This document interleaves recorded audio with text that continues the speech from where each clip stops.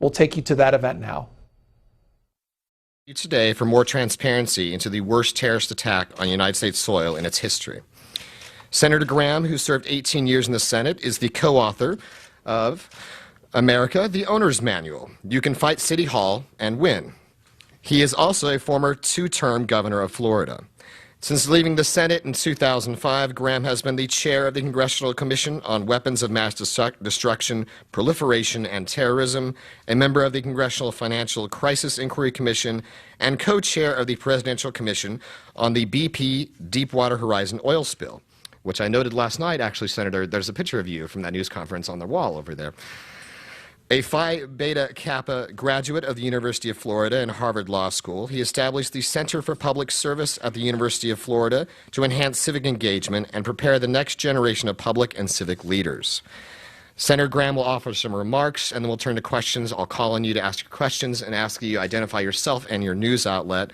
You may also submit questions to questions@press.org. Once again, that's questions@press.org. Senator Graham, the time is yours. Thank you very much, Mr. Burr, and thank you for the opportunity to come back to the National Press Club. As has been said, on July the 15th, after some 14 years, the chapter of 28 pages from the final report of the Congressional Joint Inquiry into 9/11 was released. I want to recognize the role that a number of American journalists have played in achieving this objective. I will just focus on a few, but there were many who continued to bring to the attention of the public that they did not have the full information as to what had transpired on one of the most horrific days in American history.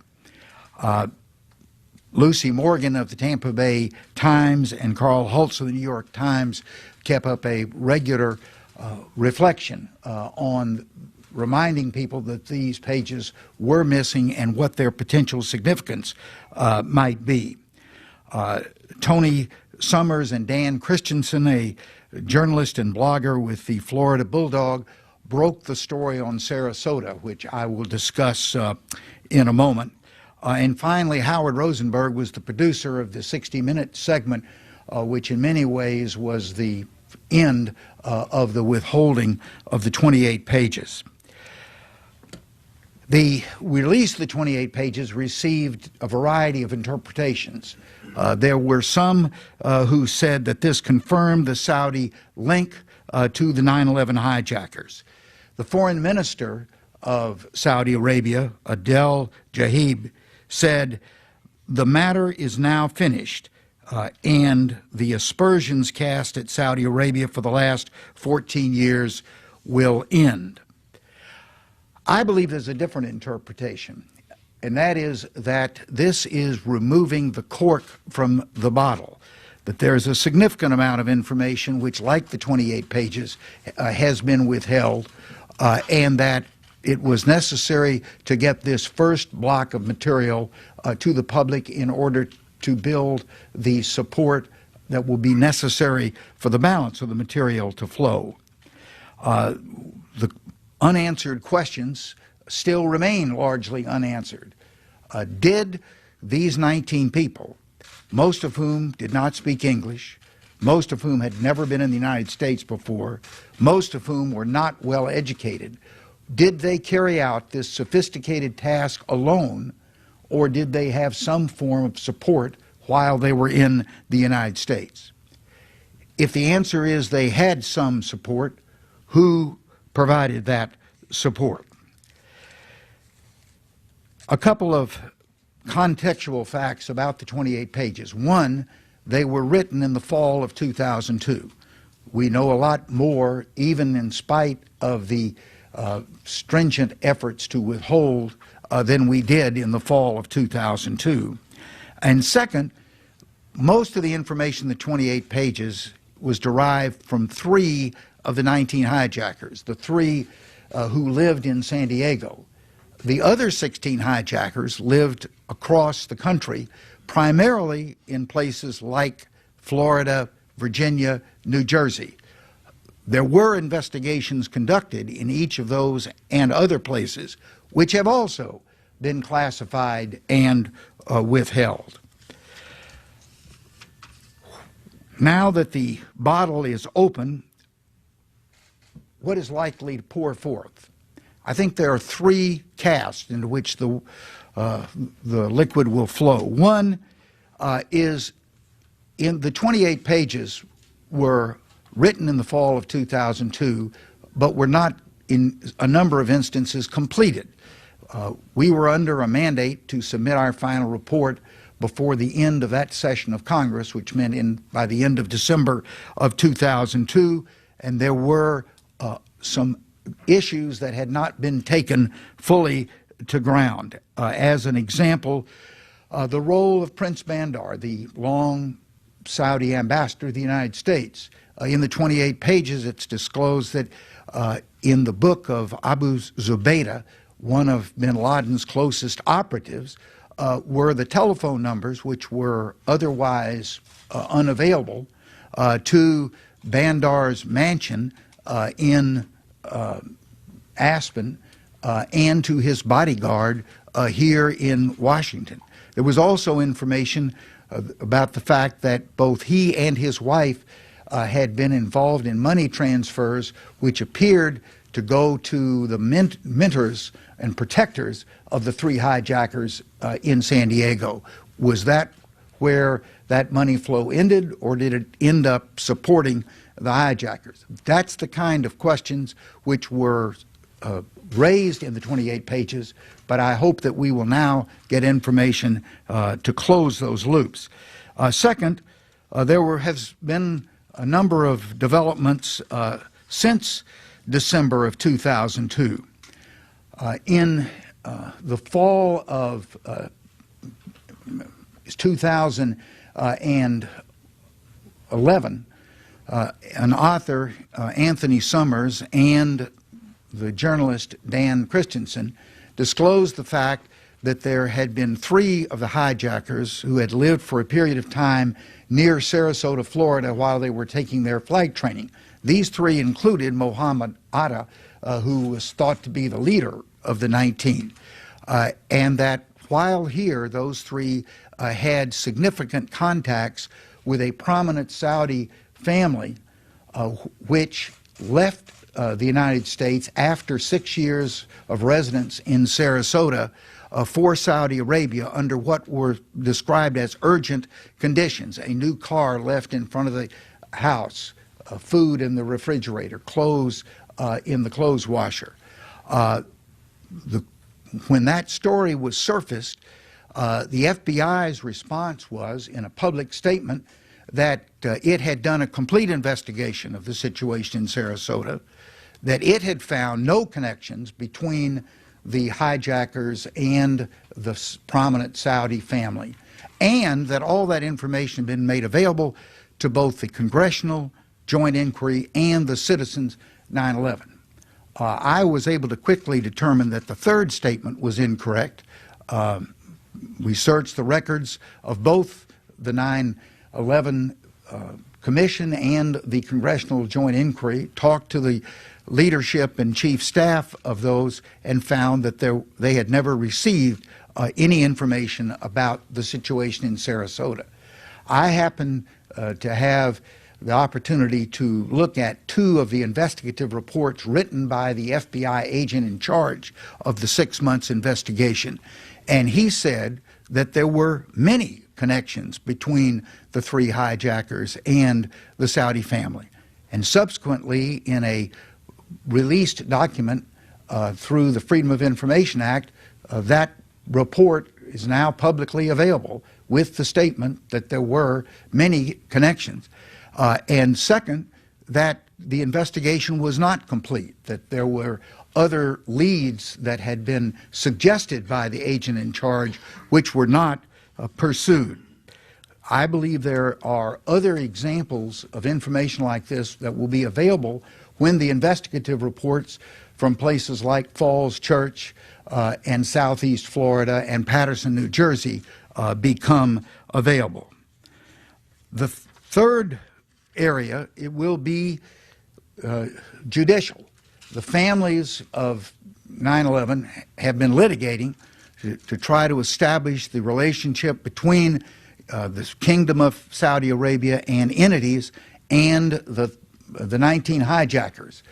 Those efforts have been frustrated with the support of the U.S. Department of Justice and State, which has sided with the Saudis on this issue, but an interpretation of a 1970 sovereign immunity law has been effectively raised by the Saudis to not only cause there to be the dismissal of actions against the kingdom, but against many of the entities within Saudi Arabia. There is currently legislation in the Congress. It had passed the United States Senate unanimously, which would provide an exception to that 1970s law in the circumstances similar to 9/11, where there was an alleged foreign government involvement with a terrorist organization that resulted in harm to Americans on U.S. soil. That matter is pending in the House of Representatives, and I hope that it will act during this session, ideally before the 15th anniversary of 9/11. The question is raised, why are you doing this? What, 15 years later, what difference does this make? Get a life. I was told that by the Deputy Director of the FBI. The answer, I think, is threefold. One is justice. These almost 3,000 American victims and their families deserve justice. They deserve the right in a court of law to be able to present the evidence that they have gathered, which is voluminous, that will link the kingdom and other entities of Saudi Arabia to the 19 hijackers. The second is national security. These are the facts.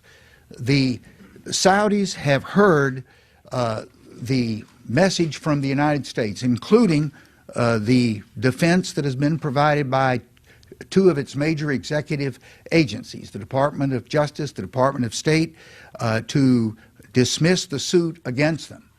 How have they interpreted those facts? I believe they have interpreted them as immunity. If the United States government won't take action in a case as serious and severe as this, that was, the word is overused, but was a transitional event in the history of the United States, what else will it take for Saudi Arabia to do before the United States government would be involved? And I think that the response that has come from that answer is we will continue to fund, as we have, the major terrorist organizations, and we will continue to fund mosques and madrasas, Saudi schools, which are training the next generation of terrorists. The two things that any terrorist organization depends upon is a consistent flow of money and recruits. Saudi Arabia is providing both of those. But I think the third reason why this is important is our democracy.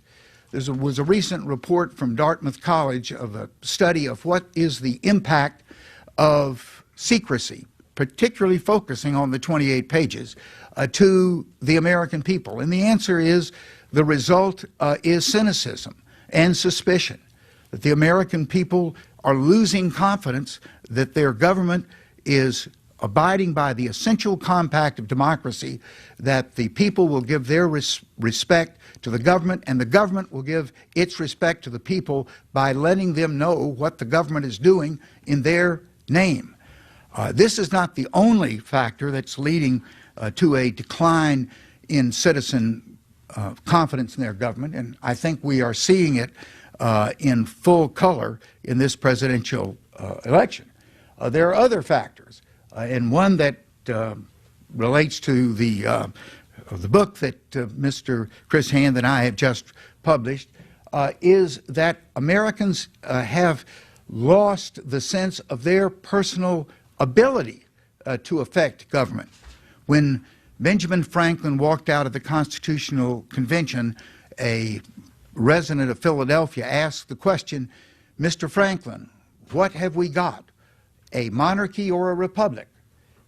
Franklin responded, a republic if you can keep it.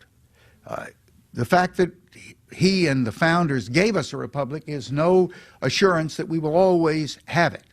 I believe that one of the essential elements to retaining a republic is to retain the concept that the role of the citizen is central, that it is the citizen for whom the republic was established and for whom it will be accountable. Today, too many people are dropping out. We had an important election yesterday in Florida. The early reports are that less than 1 out of 3, maybe even less than 1 out of 4, people took the time to even vote. Much less are people getting actively involved. We are developing a democracy of spectators who think that their role is to sit in the stands and watch the game of democracy, not be a direct participant. I believe our democracy is in trouble until people begin to feel that they have a personal ability to affect change. This book, America the Owner's Manual, lays out dozens of examples of where citizens have actually gotten involved and made a difference. They didn't have to just rely on electing the right person to office. They did it themselves. And it provides the skills that are necessary in order to be an effective citizen. So I believe that the linkage between the cynicism of government by its people and the suggestion that one of the ways to overcome that cynicism is to motivate and provide the skills for the citizens not to be passive but to be active participants in their democracy is one of the most important anecdotes. Thank you very much. I again appreciate the opportunity to return to the National Press Club, and we'll be happy to answer questions except from Larry Lippman, who asked nasty questions, which I can certify to for many years. Yes. Thank you, Senator. I think this is on. You good? Of course, sir. Do you want to grab that water? I've been drinking it. This is working? It needs to be turned on. There we go. Technology. We'll get there. Almost there? There we go. Thank you, Senator.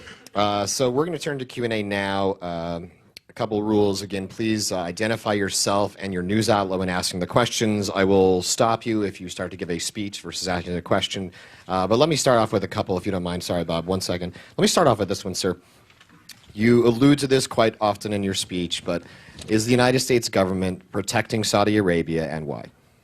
Yes, it is protecting Saudi Arabia, and I think the reasons have varied over the 15 years of that protection. I think one of the key reasons early on was that President Bush said at the site of the World Trade Center that we will follow these heinous people to the ends of the earth to bring justice for those who have lost their lives. We immediately decided the ends of the earth were Iraq. It was rather embarrassing then to have information flowing in to the intelligence agency that actually Iraq didn't have anything to do with 9/11, but it appeared as if Saudi Arabia had a lot to do. So how do you square that difficult circle? I think the way, in part, was to submerge and suppress the information about the Saudi involvement. I think another factor is the long relationship that the United States has had with Saudi Arabia, going back to Franklin Roosevelt and his agreement with King Saud that we would provide them security, they would provide us oil. That relationship has been a difficult marriage to enter into a serious discussion as to whether maybe separation or divorce is going to be required.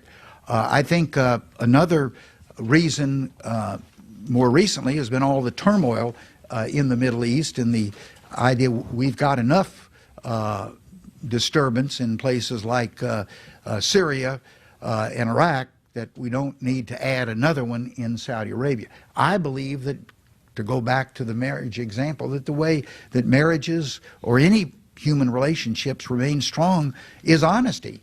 That you share with each other and you work through the difficult times. I think this is one of those times with our relationship with Saudi Arabia. We're not going to have a positive, fruitful relationship with a country in which there is heavy suspicion that they were a facilitator in this horrific event against our people. I'll follow up with one more question for you, sir. It took 14 years for the United States government to release 28 pages, 28 redacted pages.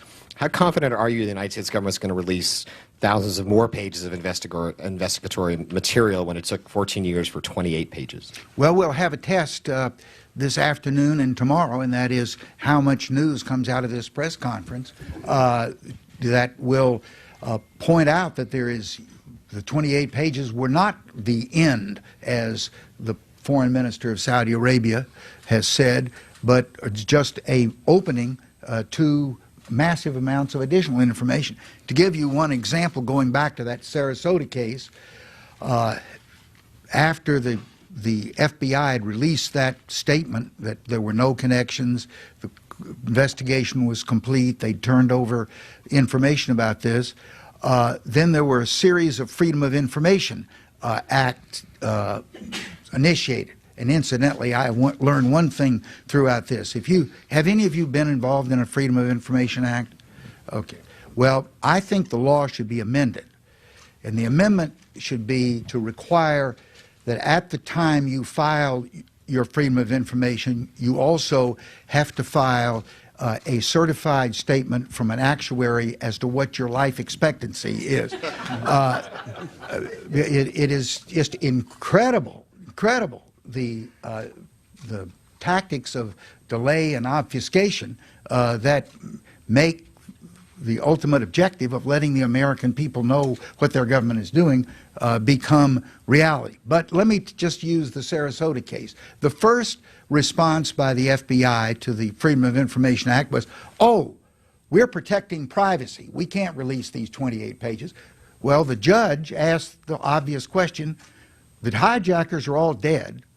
The Saudi family's back in Riyadh.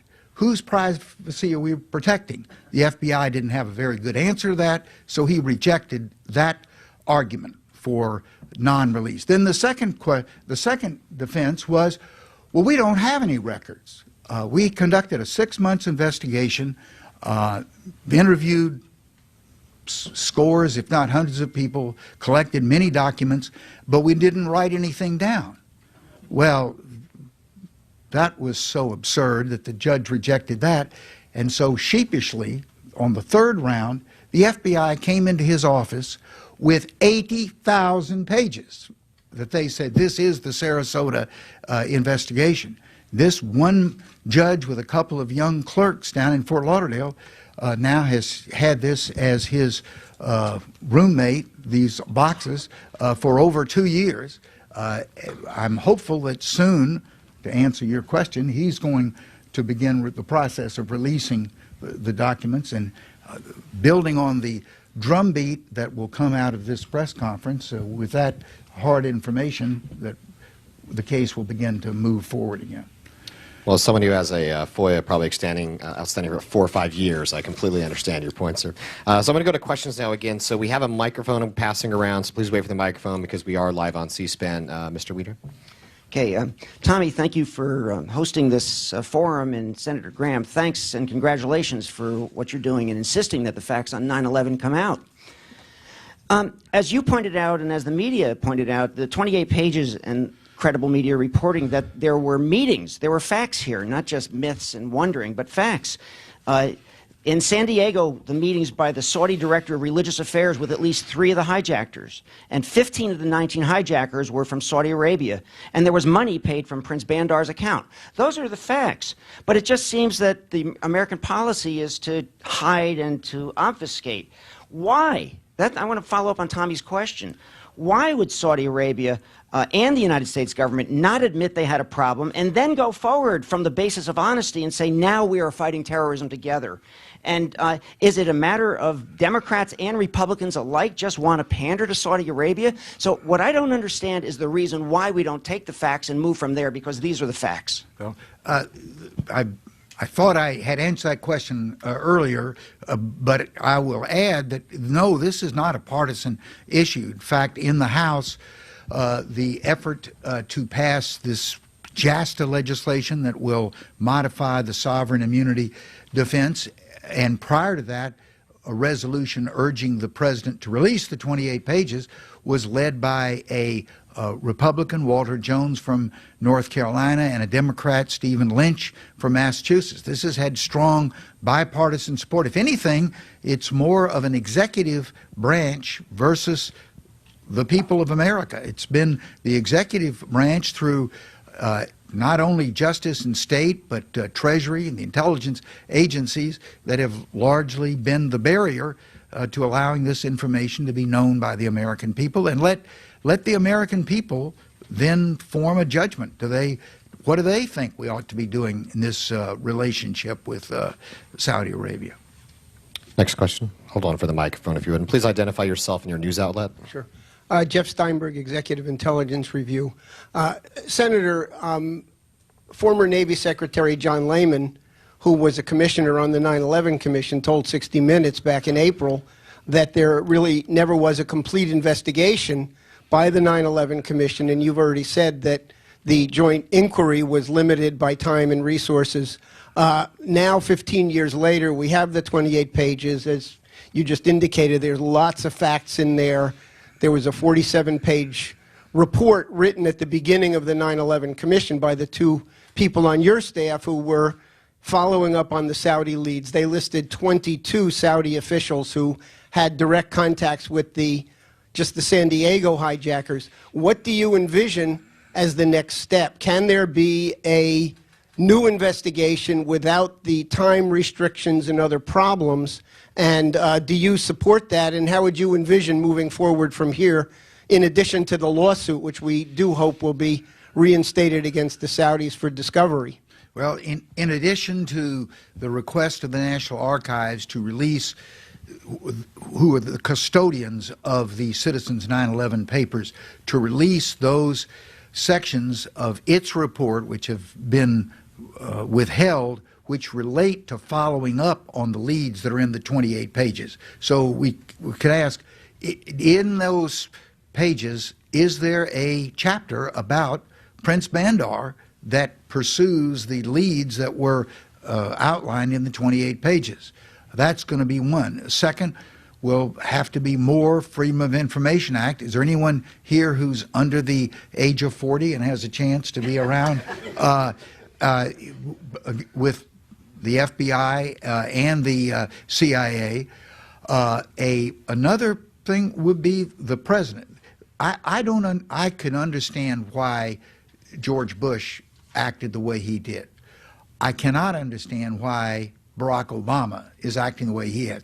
This information is going to be known, whether it's in 2016 or 2026 or 36 or 46. It will, like the Pentagon Papers and all of these other old scandals, eventually it's going to come out.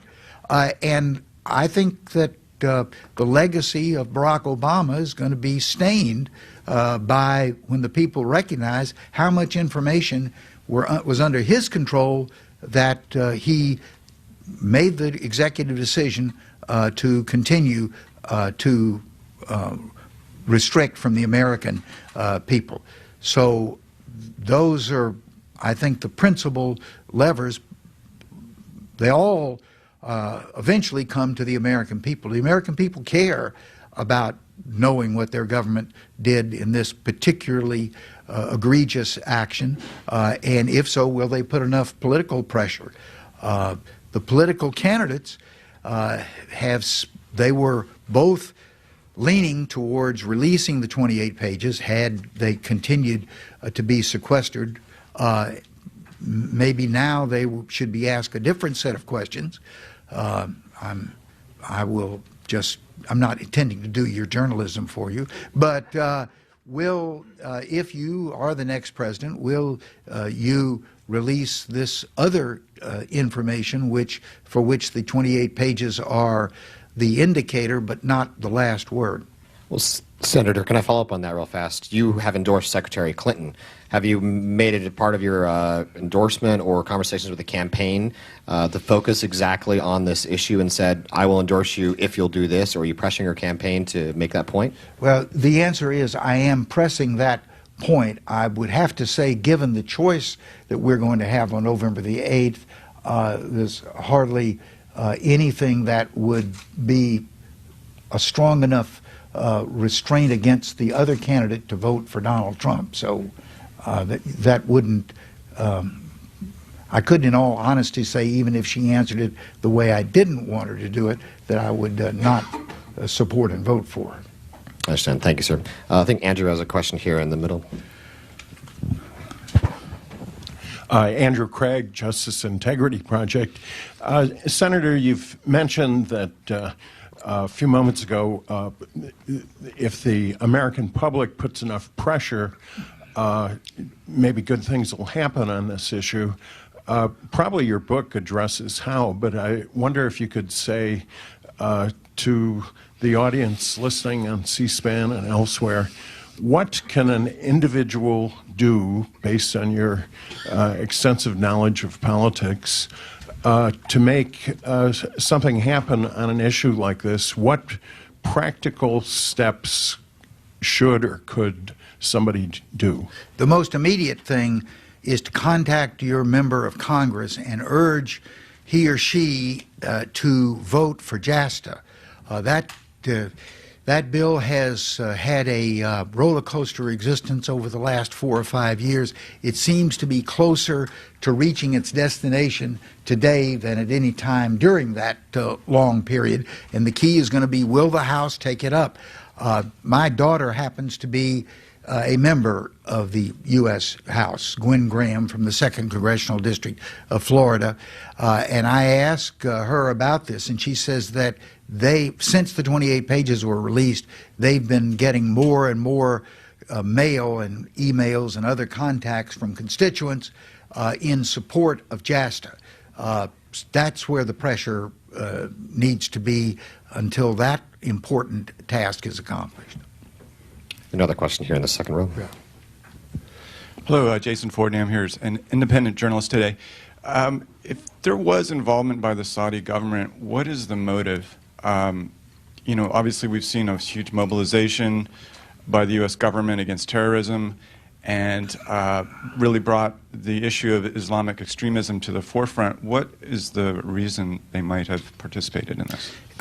And we're asking that question in the time frame of September 11th, 2001 and the period preceding that. Some of this was laid out in a recent article by, I think, a Mr. Shane of the New York Times on the the history of the Saudi kingdom and what its motivations are.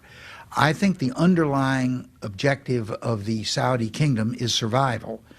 They come out of a desert tradition of antagonism at a tribal level, and that still is a permeating concern. I believe that after the 1990s first Persian Gulf War, that the Saudis felt very threatened, legitimately, because Saddam Hussein probably, had he moved more quickly, could have successfully invaded Saudi Arabia. And they felt that their relationship with the United States had been compromised because the United States had actually been, previous to the invasion, been assisting Iraq in its military combat with Iran. And so they were looking for other sources of defense. One of the things they did was start buying military supplies from particularly the British rather than from the United States. And I think and this is a speculation, that bin Laden, who had been exiled from Saudi Arabia, had gone to Afghanistan, had been a major figure in the rejection of the Soviet Union from Afghanistan, and had put together an army of 30,000 war-hardened troops, went to to the kingdom and threatened civil insurrection unless it would help him in a plot. And I'm not suggesting that he necessarily gave the details, but it was clear that he wanted to do something big in the United States that was going to be adverse to U.S. interest and needed help. The Saudis had people in the United States who had the capacity to render help, people like Bayoumi, the man in San Diego, and possibly this family or associates of this family in Sarasota. We don't know that yet. And they agreed to make these people available. I think but again, that's speculation. I think if this information is released, the information that is available not just on 3 but on all 19 of the hijackers, that will have a better and more fact-based answer to your question. If you could pass the mic down, actually, Mark has a question in the middle of the room. Thank you. Mark Meredith, WFLA, NBC Tampa. Question for you. You mentioned you felt stonewalled even by Deputy Director of the FBI. Did you ever feel like your life was at risk, or was your security ever a concern for you as you've kind of pursued this over the last few years? No, I never felt that, but I was disappointed that it appeared as if the FBI was moving from a cover-up, which I consider to be a passive withholding of information, to aggressive deception. In the case of Sarasota, which is one of several examples, they rewrote the narrative. They said, we finished the investigation and we have found no connections, when in their own files, written by their special agent, who was from the Tampa office, incidentally, they had contrary information. And they then, and have continued, to withhold that information, other than the 80,000 pages, from the public. I consider that to justify the categorization of being aggressive deception. A question on the front row. Hi, I'm Christina Wong with The Hill. What is the mechanism for release of the investigations on the other hijackers? Are there FOIAs out? And why is the FBI? Why would the FBI suppress those investigations? And what role can the families or are the families playing? You asked several questions. If I don't answer all of them, ask. I think the reason that the FBI is doing it is, one, it's not doing it on its own. The pattern of behavior from the FBI, the CIA, the State Department, the Justice Department, the Treasury Department has all been consistent. I think the message has gone out from the White House that we do not want any information relative to Saudi Arabia to be released. There was a very interesting and important book written several years ago by Phil, he was with the New York Times, Shinnick, yeah, who wrote a book about the investigation into 9/11, and he pointed out the number of times when information about the Saudis' role was aggressively suppressed. So this is not a new or unique to the FBI venture. Yeah. And you think it started with the Bush? Sorry, wait for the mic if you could, just for the broadcast. Sorry. And do you believe that, you mentioned coming out from the White House, did it start with the Bush White House and then it just continued to the Obama White House? Yes. And then the questions before, have those reports on the other hijackers been FOIA'd, and what's the mechanism for release? Yes, I know, because I'm involved with it in Florida, that have been FOIA'd in Sarasota and Southeast Florida, where incidentally 13 of the 19 hijackers spent most of their time in the United States in Southeast Florida. We got enough issues. Don't take that into account as to where you're going to take your next vacation. I assume they have all left by now. And I'm not sure whether a FOIA has been filed in Falls Church, which incidentally is not far from here if somebody would like to take that one on, or Patterson, New Jersey, which were two of the other places where numbers of hijackers lived for significant periods of time. And lastly, what role are the families playing in increasing public pressure? Well, their primary role is to secure passage of the legislation which will allow them to proceed with their litigation. There's very, very able law firms involved in this matter. I'm aware of much of the investigative work that they have already done. I think that will be, of all the channels of information about the Saudi role, what's going to come out in that litigation, if it is allowed to occur because the sovereign immunity defense has been modified, will be astounding. I'm going to go to the young lady in the back here. Thank you. Hi, Munira Al-Moud with Canal Plus French TV. Thank you, Senator. Hello. So I have two questions. The first one is there any other channel that you're using? Are you in contact with any group, like, for instance, WikiLeaks, or any other organization that will bring, be able to help that issue be more public in a more scandalous way, so that people really are forced to read and act on that? And the second question is, so you are asking for the House to vote on JASTA, and you are asking them to allow American families to be able to sue a foreign government in U.S. court, correct? So, Correct. How confident are you that this will not open the door for other governments to sue the United States and to ask for reparations for other things that, they've done? Well, let me answer the two questions. First, you used the word channels. I will state I have not contacted and will not contact WikiLeaks to assist to secure or release this information. I think the American government needs to do it, not in a subterranean manner. I might say one thing that has impressed me is how much interest there is internationally in this.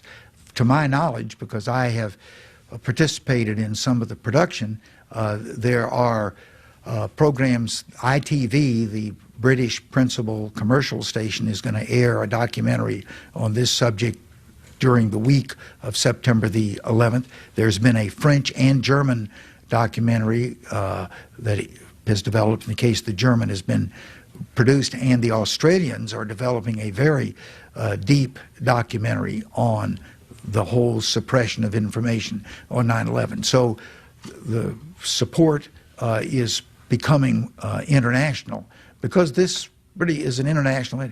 Saudi Arabia has not just engaged itself in U.S. matters. Going back to that New York Times article of last week, they have had a very negative impact on making Islam a much more rigid and reactionary religion in places like Western Europe and Indonesia and Pakistan than it had been in the past. Your second question was On JASTA and how, yeah. how confident are you that U.S. government will not be sued in other countries? Well, yeah. I know that's a defense or an argument against JASTA that's raised. One of the frustrations here is there is another channel, and it has been used many occasions. There's been some news coverage recently of the event that occurred 25 years ago when a Pan Am jet was blown up over Lockerbie, Scotland. The families, the victims, did not go to court to get compensation. They went to their government, and their government went to the Libyan government and negotiated a settlement of some $2.5 billion, which was then distributed among the families of the victims. Both through two administrations, there has been an unwillingness to negotiate with Saudi Arabia and say, here's what we know was your involvement. Do you want to enter into diplomacy to determine the appropriate compensation of these American families? The answer is we've refused to do so, and the reason that I've been given is because the relationship is too important to even suggest to them that they might have been involved. Well, I think it's a little presumptuous for the U.S. government to say, on the one hand, to these families, we won't enter into diplomacy like we did in Lockerbie on behalf of the families, the victims, but on this same while we will aggressively resist your ability to use our court system as a means of getting justice. So I find that argument to be very unsatisfying. Senator, can I follow up real fast on something a minute ago about Secretary Clinton? Are you concerned about anything that came out about her emails, and do you feel there are a lot of emails from Secretary Clinton involving Saudi Arabia that have not been released? Well, of course, the easy answer is I don't know the second question. The first question, it's hard for me to believe, as one who for 10 years had fairly open access to a lot of classified information, that any Secretary of State would have either, certainly not knowingly, but even by inadvertence, assisted in making classified information available. And apparently the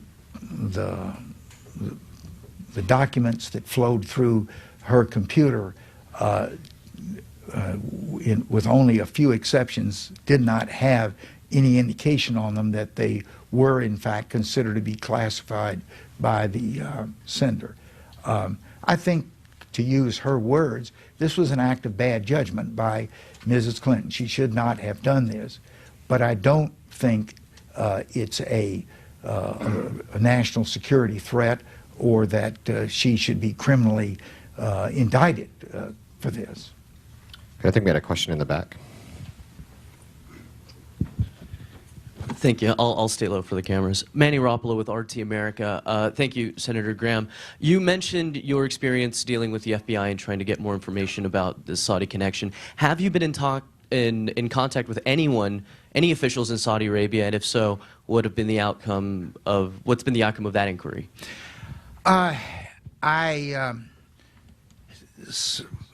Some of the answer to your question I can't discuss publicly. I did go to Riyadh in 2011 or 12 and had some conversations on this issue at that time, both with Saudi and U.S. persons. There was some information that I got that was that I think tended to be reinforcing of my belief that there was a relationship, but I can't go beyond that. Next question. I think Celia here on the front row had a question. Hang on, Celia, here, the microphone, please. Hi, Celia Wexler, Who, What, Why. We're an online news organization.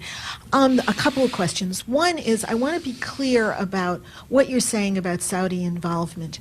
Do you believe that Saudi involvement is at the highest level of their government, or is it Saudi officials, or Saudi individuals, or all three?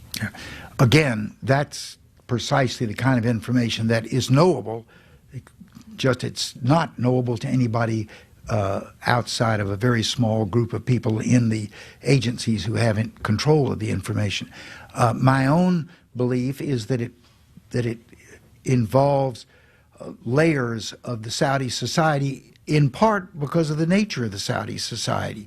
The Saudi society is a medieval monarchy where the king can literally do no wrong, and other entities within that kingdom are reticent to act, particularly on something that would be as sensitive as being duplicitous to your closest ally without some signal of clearance. I think there's an interesting part of the suits to date against Saudi Arabia. I mentioned that it's not just the kingdom that was listed as a defendant, but also a long list of other Saudi entities, banks, foundations, non-governmental organizations. They have also claimed the same sovereign immunity that the king has claimed, and the courts have accepted that. That tells me that the assumption is that every institution, from the palace to the back office of a financial institution in Saudi Arabia, is considered to be worthy of the protection of sovereign immunity, which says that they must in some way be responsive to the kingdom which holds that sovereign immunity. And just one follow-up. You were pretty much harassed by the FBI when you tried to go further in your inquiries. Since you went public, have you heard of anybody else who had that kind of treatment from the FBI? No. And I mean, this was a situation which occurred in 2011 as all this information about Sarasota was starting to come out. My wife and I flew up from Miami to Dulles to have Thanksgiving with our daughter who lives in Great Falls, and we were met at the airport by 2 FBI agents, and they said that we have that an official of the FBI wants to talk with you about the Sarasota situation. Well, I was encouraged, feeling that maybe some of the questions that we'd been asking were now going to be answered. So we drove with the 2 agents to the office at Dulles, which the FBI has. My wife was put in one room, and she was given as entertainment the FBI training manual. And if you want to know some arcane aspects of FBI training, she's fully prepared. I was taken into another room with the deputy director of the FBI, a young female FBI agent, and a middle-aged lawyer from the Department of Justice. And essentially the message was, we've done this complete investigation, everything that's known is known, and you need to get a life. I pointed out what he didn't know is that I had actually read 2 of the investigative reports by their agent, which contradicted what they had said publicly and what he had just said to me privately. And he said, "Oh, you don't understand.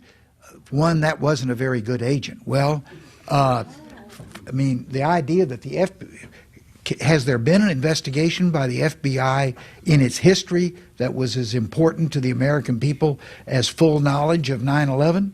And the very fact that they would say they sent to head an investigation into what I think was an important component of the total picture, someone that they declared to be less than a fully capable person, was itself revelatory. Then he proceeded to say, and we have other information that puts what you read in context, and you will see that, in fact, what we have said is true. So I said, fine, could I see the information that will put it into context? And he pointed to the young female agent and directed her to assemble the files, and we arranged a time to meet at the FBI office for the District of Columbia. So a few days later, I showed up for our meeting, prepared to read these files, and the deputy director was there, and he said, the meeting is canceled, and we're not going to reschedule it.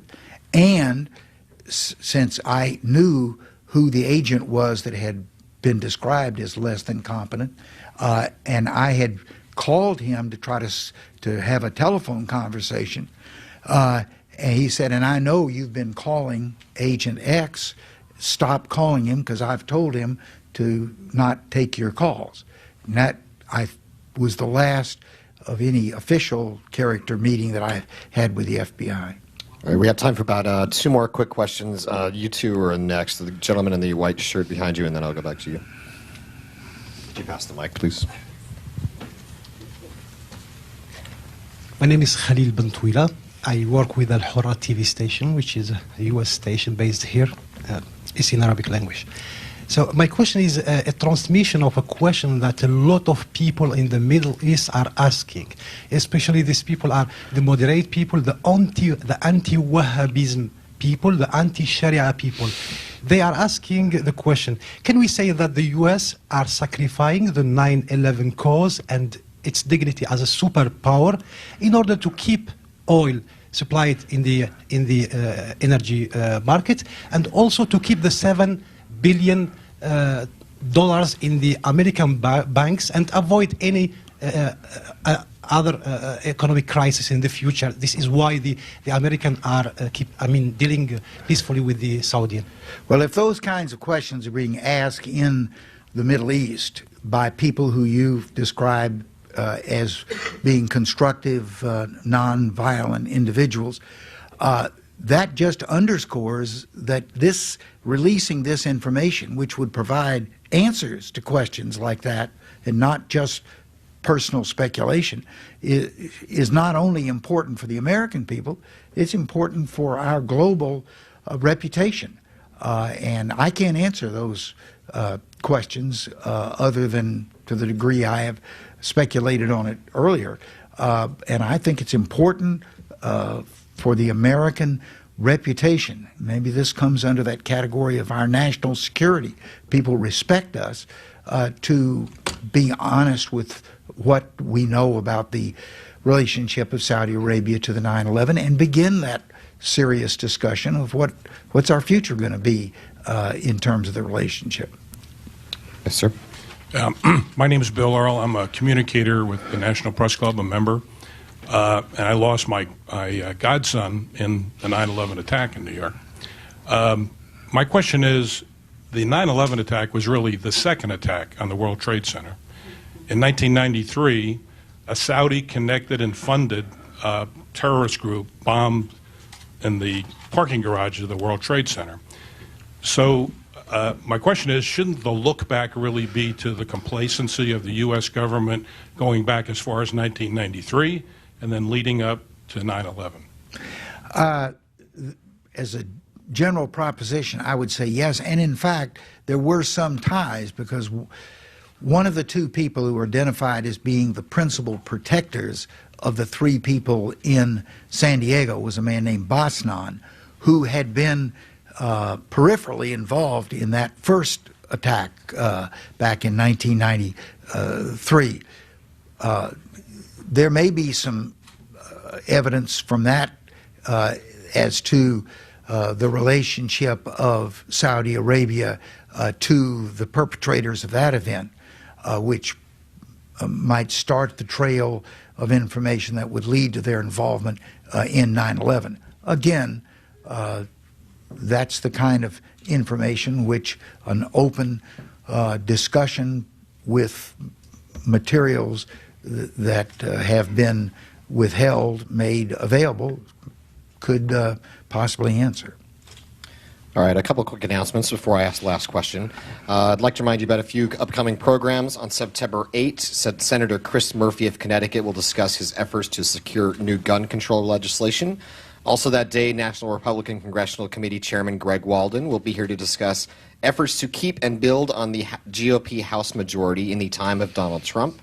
And on September 15th, Defense Secretary Ash Carter will speak here at the National Press Club.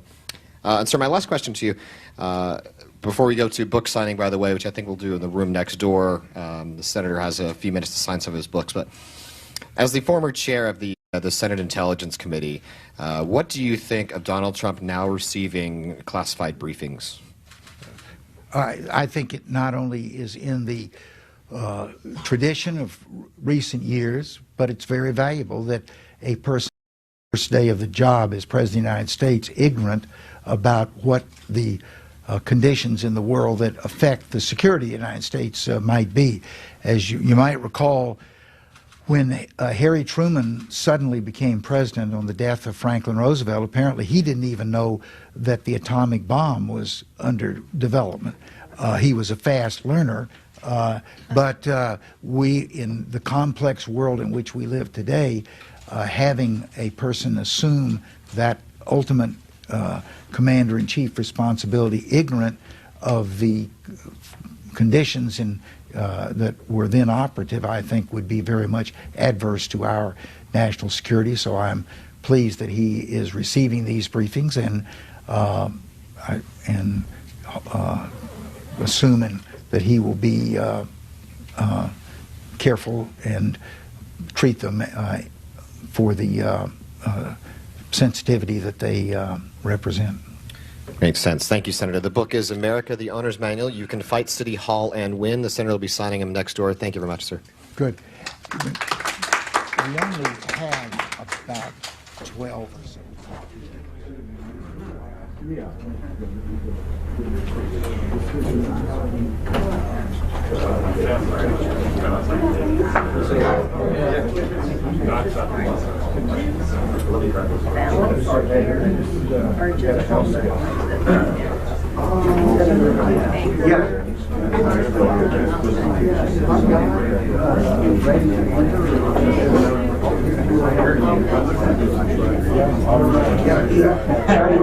The primary thing here.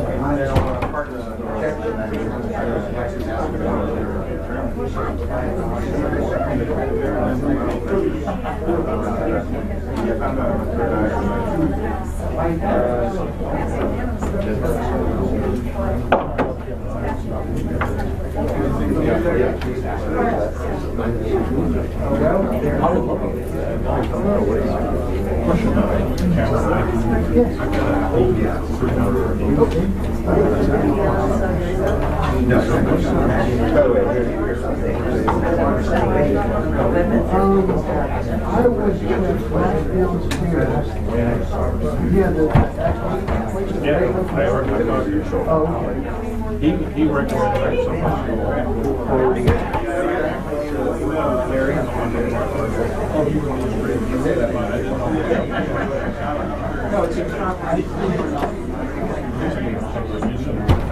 You're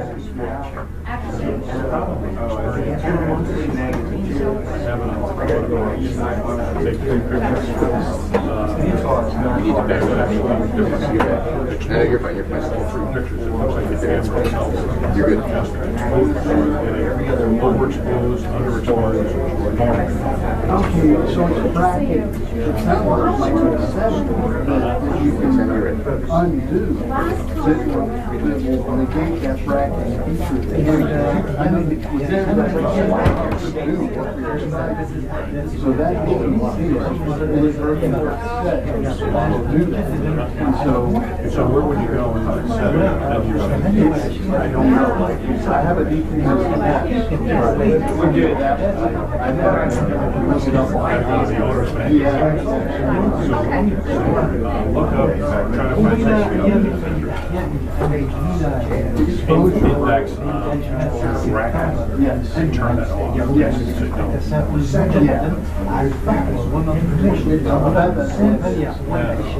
Yeah, because my first exposure is usually overexposure. And then if I'm on one first, make sure you're getting something decent, but I'm already chewed up 4 or 5. That's a good tip. Good luck.